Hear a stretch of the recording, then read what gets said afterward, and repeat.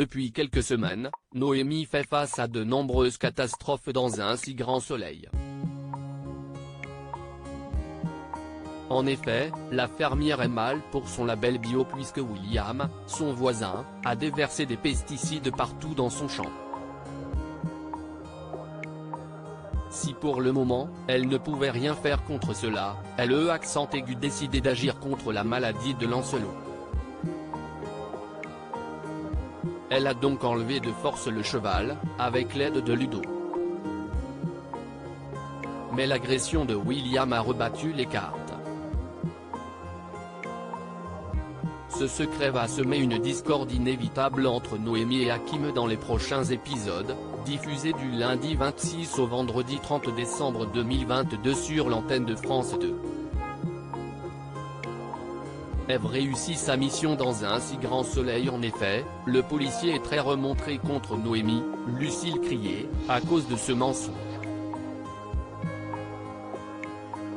Mais pour protéger son frère et son amoureuse, il est prêt à prendre des risques inconsidérés.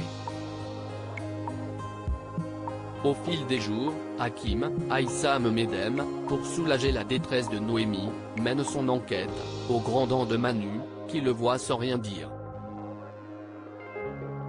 Mais grâce à Alex, Benjamin Bourgois, il ne le balance pas.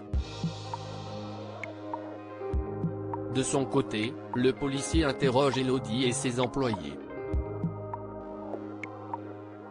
Il arrive à mettre la main sur le coupable. Par la suite, Bilal comprend que son frère est toujours assez remonté contre Noémie. Il lui demande alors de faire un pas vers elle pour parler de ce problème. Il admet que le rapprochement avec Ludo, Folcomarchi, n'était que pour le cheval.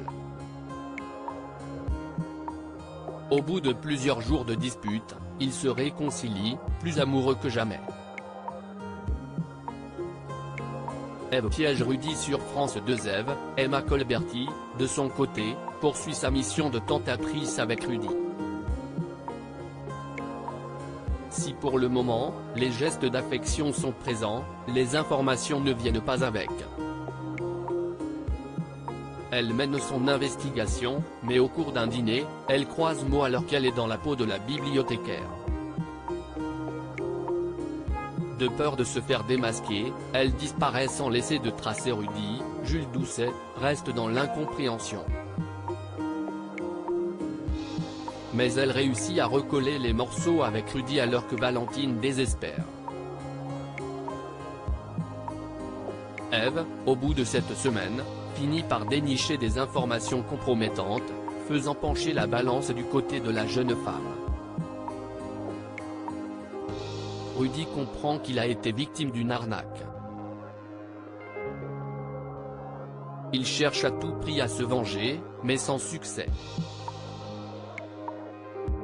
Claudine, face à ce franc succès, suggère à Ève et Dimitri, Victorien Robert, de monter une agence de tentateurs à Montpellier, à condition qu'elles prennent une part de 40% de leur chiffre d'affaires. Mais cette idée provoque un coup de tonnerre chez Sabine, Gaëlla le DVA.